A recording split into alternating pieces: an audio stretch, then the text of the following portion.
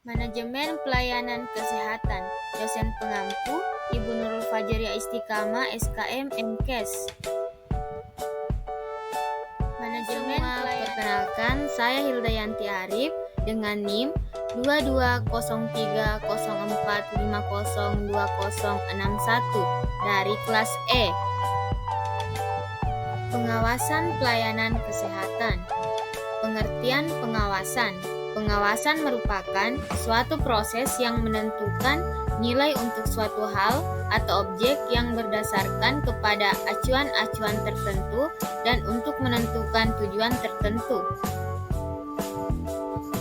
Rosker mengartikan pengawasan sebagai suatu usaha sistematik untuk menetapkan standar pelaksanaan dengan tujuan-tujuan perencanaan, merancang sistem informasi umpan balik, membandingkan kegiatan nyata dengan mengukur standar yang telah ditetapkan sebelumnya, menentukan dan mengukur penyimpangan-penyimpangan serta mengambil tindakan koreksi yang diperlukan untuk menjamin bahwa sumber daya organisasi dipergunakan dengan cara paling efisien dan efektif dalam pencapaian tujuan-tujuan organisasi.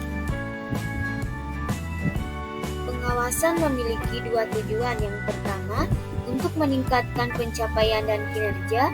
Yang kedua, untuk memastikan bahwa jasa atau produk pelayanan yang diberikan sesuai dengan standar atau keinginan masyarakat. Manfaat pengawasan terdiri atas 5. Yang pertama, mengetahui sejauh mana program sudah dilakukan oleh staf. Yang kedua, jika ada penyimpangan pada pemahaman staf dalam melaksanakan tugas-tugasnya, maka pemimpin organisasi akan memberikan pelatihan lanjutan untuk mengatasi kesenjangan pengetahuan dan keterampilan staf. Yang ketiga, mengetahui apakah waktu dan sumber daya lainnya mencakupi kebutuhan dan telah dimanfaatkan secara efisien. Yang keempat, mengetahui sebab-sebab terjadinya penyimpangan. Yang kelima, mengetahui staf yang perlu diberikan penghargaan, dipromosikan, atau diberikan pelatihan lanjutan. Yang keempat, prinsip pengawasan. Yang pertama, pengawasan yang harus dilakukan oleh pemimpin harus dimengerti oleh staf dan hasilnya mudah diukur. Yang kedua, fungsi pengawasan harus dipahami pemimpin sebagai suatu kegiatan yang sangat penting dalam upaya mencapai tujuan organisasi. Yang ketiga, standar untuk kerja harus dijelaskan kepada seluruh staf karena kinerja staf akan terus dinilai oleh pemimpin sebagai pertimbangan untuk memberikan reward kepada mereka yang dianggap mampu bekerja. Proses pengawasan: mengambil tindakan koreksi bila diperlukan, menetapkan standar pelaksanaan, menentukan pengukuran pelaksanaan kegiatan, pengukuran hasil kinerja aktual, perbandingan hasil kinerja aktual dengan standar dan analisis penyimpangan.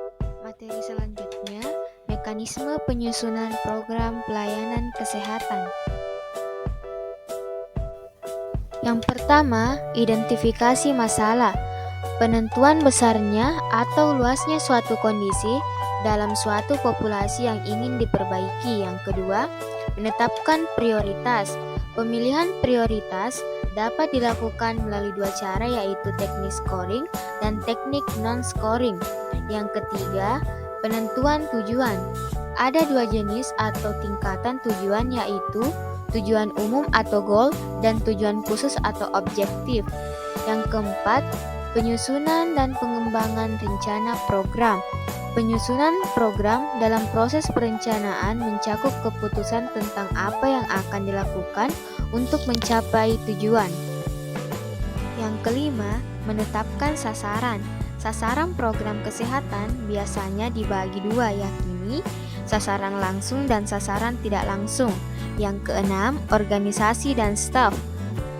Peruraian organisasi sekaligus staf atau personal yang akan melaksanakan kegiatan serta diuraikan pula tugasnya masing-masing. Yang ketujuh, rencana anggaran. Uraian tentang biaya yang diperlukan untuk pelaksanaan kegiatan mulai dari persiapan sampai dengan evaluasi. Yang kedelapan, rencana evaluasi, uraian tentang kegiatan yang akan dilakukan untuk menilai sejauh mana tujuan-tujuan yang telah ditetapkan tersebut telah tercapai. Prinsip-prinsip pengembangan program pelayanan kesehatan. Yang pertama, administrasi diselenggarakan dengan berpedoman pada asas dan kebijakan dekonsentrasi, desentralisasi, dan tugas pembantuan. Yang kedua, informasi kesehatan mencakup seluruh data yang terkait dengan kesehatan, baik yang berasal dari sektor kesehatan maupun dari berbagai sektor pembangunan lain. Yang ketiga, akses terhadap informasi kesehatan harus memperhatikan aspek kerahasiaannya yang berlaku di bidang kesehatan dan kedokteran. Yang keempat, dalam melaksanakan upaya kesehatan dalam hal pengembangan dan pemanfaatan ilmu pengetahuan dan teknologi kesehatan haruslah berdasarkan standar mutu pelayanan atau prosedur baku yang diakui.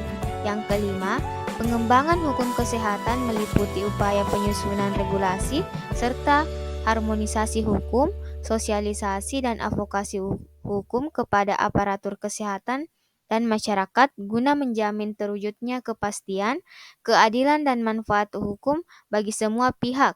Yang keenam, prinsip penyelenggaraan manajemen kesehatan lebih lanjut diatur dalam peraturan kepala daerah masing-masing tingkat administrasi. Mutu pelayanan kesehatan adalah derajat kesempurnaan pelayanan kesehatan yang sesuai standar profesi dan standar pelayanan dengan menggunakan potensi sumber daya yang tersedia di rumah sakit atau puskesmas secara wajar, efisien, dan efektif, serta diberikan secara aman dan memuaskan sesuai norma, etika, hukum, dan sosial budaya dengan memperhatikan keterbatasan dan kemampuan pemerintah serta masyarakat konsumen. Syarat pokok dan batas mutu pelayanan kesehatan. Yang pertama, tersedia dan berkesinambungan. Yang kedua, dapat diterima dan wajar. Yang ketiga, mudah dicapai. Yang keempat, mudah dijangkau. Yang kelima, bermutu. Yang keenam, pembatasan pada upaya yang dilakukan. Yang ketujuh, pembatasan pada derajat kepuasan pasien. Yang kedelapan, batasan mutu pelayanan. Komponen mutu pelayanan. Input terdiri dari sumber, tenaga, modal alamiah, tata cara, dan kesanggupan. Proses terdiri dari planning, organizing, accounting, controlling, evaluating. Output terdiri hasil yang dicapai dalam jangka pendek, sedangkan outcome adalah hasil yang terjadi setelah pelaksanaan kegiatan jangka pendek. Sasaran terdiri dari target baik secara langsung maupun secara tidak langsung. Impact terdiri dari akibat yang ditimbulkan oleh output. Peningkatan kesehatan dapat tercapai jika kebutuhan tuntutan kesehatan. Dimensi kualitas pelayanan kesehatan, reliability atau kehandalan, responsiveness atau daya tangkap, assurance atau kepastian, empathy atau empati, tangibility atau bukti langsung. Kebijakan dalam menjamin mutu pelayanan kesehatan, peningkatan kemampuan dan mutu pelayanan kesehatan, penetapan dan penerapan berbagai standar dan pedoman, peningkatan mutu sumber daya manusia, penyelenggaraan quality assurance, percepatan dan pelaksanaan akreditas, peningkatan publik, peningkatan kerjasama dan koordinasi, peningkatan peran serta masyarakat. Kebijakan dalam menjamin mutu. Upaya peningkatan mutu pelayanan kesehatan, penataan organisasi, regulasi peraturan perundangan, pemantapan jejaring, standarisasi, peningkatan kontrol sosial, peningkatan peran serta masyarakat dan organisasi profesi, pengembangan ilmu pengetahuan dan teknologi, quality assurance. Komponen dalam mutu pelayanan kesehatan efektivitas. Yang pertama, efektivitas, yang kedua, efisiensi, yang kedua, adekuasi, yang ketiga, scientific technical quality. Tinggi rendahnya mutu pelayanan kesehatan sangat dipengaruhi oleh sumber daya rumah sakit, termasuk antara lain tenaga, pembiayaan, sarana, dan teknologi yang digunakan. Interaksi pemanfaatan dari sumber daya rumah sakit yang digerakkan melalui proses dan prosedur tertentu sehingga menghasilkan jasa atau pelayanan. Strategi untuk meningkatkan mutu pelayanan kesehatan khususnya rumah sakit antara lain, rumah sakit harus memahami dan menghayati konsep dasar dan prinsip mutu pelayanan rumah sakit, memberikan prioritas kepada peningkatan sumber daya manusia di rumah sakit, menciptakan budaya mutu di rumah sakit. Quality planning, menentukan pelanggan, menentukan kebutuhan pelanggan, mengembangkan gambaran produk sesuai dengan kebutuhan pelanggan, mengembangkan proses yang mampu menghasilkan produk, mentransfer rencana menjadi kebutuhan pelaksanaan. Quality control, mengevaluasi kinerja produk saat ini, membandingkan kinerja sesungguhnya dengan tujuan produk, melaksanakan atau memperbaiki perbedaan. Quality improvement, mengembangkan infrastruktur, mengidentifikasi proyek peningkatan mutu, membentuk tim mutu, menyiapkan tim dengan sumber daya dan pelatihan serta motivasi untuk mendiagnosis penyebab, menstimulasi perbaikan, dan mengembangkan pengawasan untuk mempertahankan peningkatan. Ciri-ciri mutu pelayanan kesehatan: memenuhi standar profesi yang ditetapkan melalui standar struktur, standar proses, dan standar hasil. Sumber daya untuk melakukan asuhan keperawatan dimanfaatkan secara wajar, efisien, dan efektif. Aman bagi pasien dan perawat pemberi jasa pelayanan, memuaskan bagi pasien dan perawat pemberi jasa pelayanan, memperhatikan dan menghormati aspek sosial, ekonomi, agama, budaya, etika, dan tata nilai masyarakat. Sistem pelayanan kesehatan. Tingkat pelayanan kesehatan: health promotion atau promosi kesehatan, specific promotion atau perlindungan khusus, rehabilitation atau rehabilitasi, early diagnosis and prompt treatment atau diagnosis dini dan pengobatan segera, disability limitation atau pembatasan kecacatan.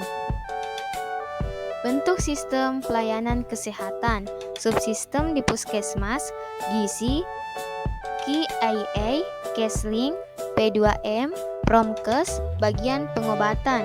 Suprasistem, Dinkes, rumah sakit, klinik swasta, pengobatan tradisional atau keluarga. Pelayanan kesehatan terpadu, suatu bentuk keterpaduan pelayanan kesehatan yang dilaksanakan suatu wilayah kerja puskesmas.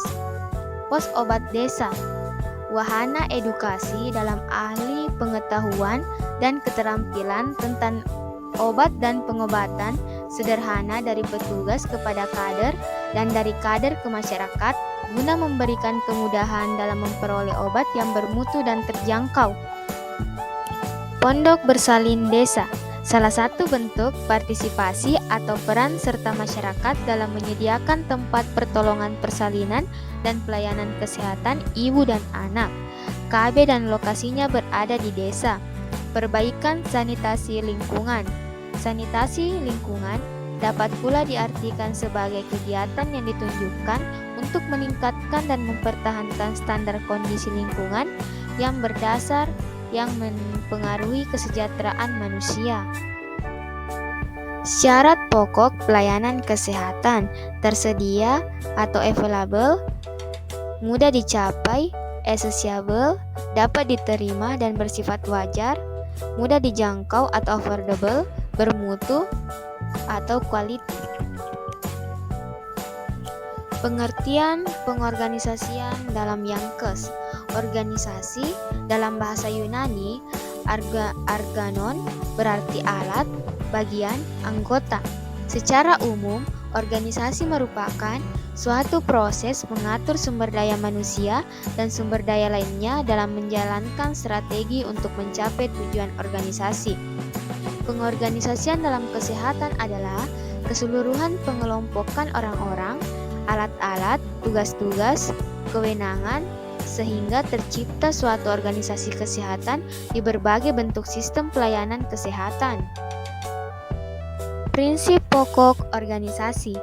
Menurut William, prinsip dari organisasi meliputi organisasi harus mempunyai tujuan yang jelas, prinsip skala hierarki, prinsip kesatuan pemerintah, prinsip pendelegasian wewenang, prinsip tanggung jawab, prinsip rentang pengendalian, prinsip fungsional, prinsip pemisahan, prinsip keseimbangan, prinsip kepemimpinan, dan fleksibilitas.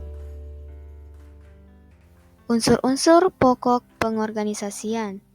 Yang pertama, hal yang diorganisasikan, pengaturan berbagai kegiatan yang ada dalam rencana pelayanan kesehatan sehingga terbentuk satu kesatuan yang terpadu. Pengaturan tenaga pelaksanaan. Yang kedua, proses pengorganisasian. Yang ketiga, hasil pengorganisasian. Wewenang organisasi. Wewenang lini, wewenang staf dan lini, wewenang staf.